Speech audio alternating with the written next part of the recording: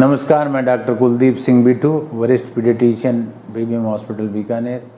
अभी मैं सुबह सुबह ओपीडी में बैठा था तो एक परिजन ने पूछा कि सर इसके बच्चे की अभी ऑनलाइन पढ़ाई चल रही है तो उसके बारे में कुछ आप बताएंगे।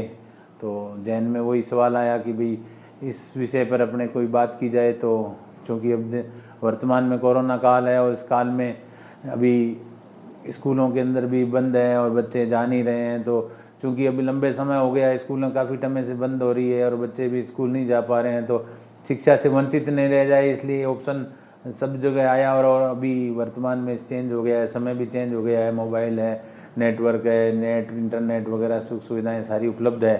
तो ये एक शिक्षण का व्यवस्था जो है वो सरकार ने भी कर रखी है और सभी प्राइवेट स्कूल ने इन्होंने भी कर रखी है कि ऑनलाइन शिक्षा और पढ़ाई की जाए। लेकिन वही बात है कि हर चीज़ों के फ़ायदे नुकसान और उसमें कुछ सुधार की भी गुंजाइश रहती है। तो वर्तमान में जो शिक्षा अपने पढ़ाई ऑनलाइन चल रही है उसके अंदर कुछ फ़ायदे भी हैं, कुछ नुकसान भी है। तो हम इन बातों पर चर्चा करेंगे कि जैसे बच्चा घर में पढ़ रहा है, ऑनलाइन क्लास में पढ़ रहा है, तो उसी पोजीशन में होना चाहिए हमारा। जैसे बच्चे क्या होता है कि घर में पढ़ रहे हैं तो वो बिस्तर पे लेटे हुए हैं, कहीं आराम से बैठे हुए हैं, उनकी बजाय अगर अपने उनका अगर कोई प्रॉपर प्लेस है, बच्चे का पढ़ने का कमरा है, तो अपनी टेबल कुर्सी पे बैठे हैं, उससे अलर्टनेस रहेगी, बच्चा पढ़ता रहेगा तो ध्यान रहेगा, उसकी एकाग्रता, उसकी कंसंट्रेशन प्रॉपर रहेगी। उसके अलावा कई बार घर के माँ बाप जो लोग हैं उनको खाने पीने की वो जंक फूड, फास्ट फूड वगैरह दे देते हैं, तो वो भी एक पैसिव ईटिंग उनकी काफ़ी होती है, उससे उनकी ओबेसिटी बढ़ने के चांस रहते हैं और उनके फिजिकल एक्टिविटी भी इन दिनों में कम हो रही है। तो उसकी बजाय बच्चा कुछ ना कुछ फिजिकल एक्टिविटी करता हुआ पढ़े तो ज़्यादा बेहतर रहेगा। और ये during the time of class है, ये ईटिंग हैबिट्स हैं ये भी नहीं होनी चाहिए। वो अपनी क्लास अटेंड एक जैसे बच्चों को अधिकतर अभी ऑनलाइन बहुत ज़्यादा बच्चे इसके लिए एडिक्ट हो रहे हैं। क्योंकि ये है तो चूँकि मोबाइल वगैरह मनोरंजन के साधन है, क्योंकि इसका अभी अपने को वॉच करना है कि बच्चा एक्चुअल में अगर उनकी 1 घंटे की क्लास है तो बच्चा पढ़ ही रहा है, कोई अन्य गतिविधियों में तो शामिल नहीं हो रहा है, तो उस पर प्रॉपरली उसका निगाह भी रखनी चाहिए, उस बच्चे को ध्यान भी रखना चाहिए।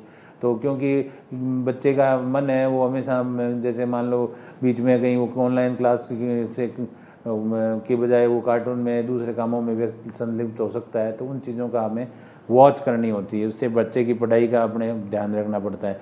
और अगर बच्चे के इसके अलावा जैसे स्क्रीन टाइम बढ़ जाता है, तो स्क्रीन टाइम भी क्या है कि 2 से 3 घंटे से अधिक बच्चों का स्क्रीन टाइम होना उचित नहीं है, उसके अंदर आँखों का विकार हो जाए।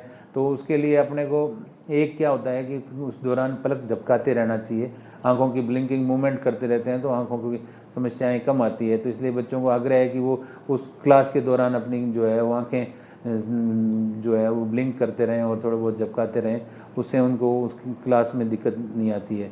उसके अलावा जैसे फिजिकल एक्टिविटीज़ करते करते क्लास लेते रहें तो भी उचित रहेगा और उसके ध्यान देना चाहिए।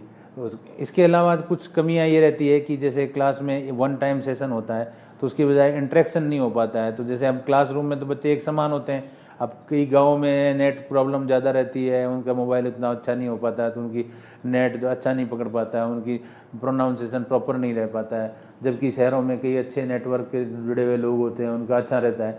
और उसके अलावा जैसे स्क्रीन भी है ना, अगर बड़ा हो स्क्रीन तो ज़्यादा बेहतर रहता है। छोटे स्क्रीन पे अगर बच्चे देखेंगे तो वो उसकी बजाय अगर बड़े स्क्रीन पे देखें, अगर उपलब्धता हो तो अगर बड़ा स्क्रीन अगर उपलब्ध हो जाए तो बच्चों को बड़ा स्क्रीन उपलब्ध कराना चाहिए, उससे थोड़ा सा फ़ायदा में रहता है। इसलिए अगर संभव हो तो ऐसा करने से भी फ़ायदा रहता है।